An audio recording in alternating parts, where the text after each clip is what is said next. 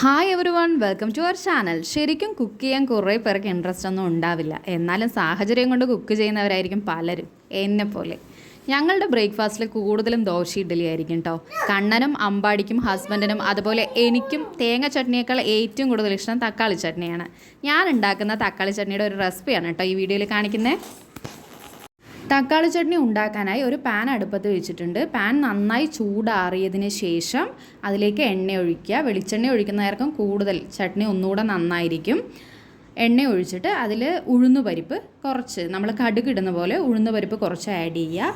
ആ ഉഴുന്നുപരിപ്പ് ഒന്ന് ചൂടായി വരുന്ന സമയത്ത് അതിലേക്ക് വെളുത്തുള്ളി ഒരു 4-5 ആഡ് ചെയ്യുക.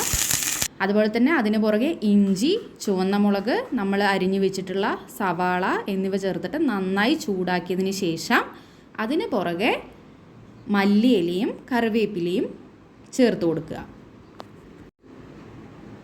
എന്നിട്ട് നന്നായിട്ട് ഇളക്കി കൊടുക്കണം. കാരണം ഉള്ളി ഒന്ന് വാടി വരാൻ കുറച്ച് സമയം എടുക്കും. നന്നായിട്ട് ഇത് ഒന്ന് ഇളക്കി കൊടുത്തതിന് ശേഷം ഏറ്റവും അവസാനമാണ് നമ്മൾ ഇതിലേക്ക് തക്കാളി ചേർക്കുന്നത്.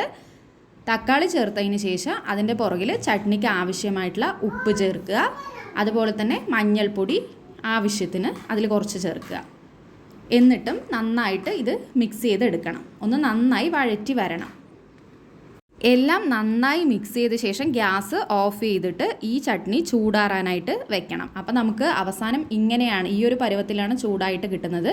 അപ്പോൾ നമുക്ക് ചൂടായിട്ട് മാത്രമേ ഇത് മിക്സിയിൽ അരച്ചെടുക്കാൻ പറ്റുള്ളൂ. ഇപ്പോൾ ചൂടാറിയിട്ടുണ്ട്. അപ്പോൾ ഞാൻ മിക്സിയുടെ ജാറിലിട്ടിട്ട് ചട്നി അരച്ചെടുക്കുകയാണ്. അങ്ങനെ നമ്മുടെ ചട്നി റെഡിയായി. അപ്പോൾ എല്ലാവരും ഒന്ന് ട്രൈ ചെയ്യണം കേട്ടോ. ഇന്ന് ഇത്രയേ ഉള്ളൂ. ബായ്.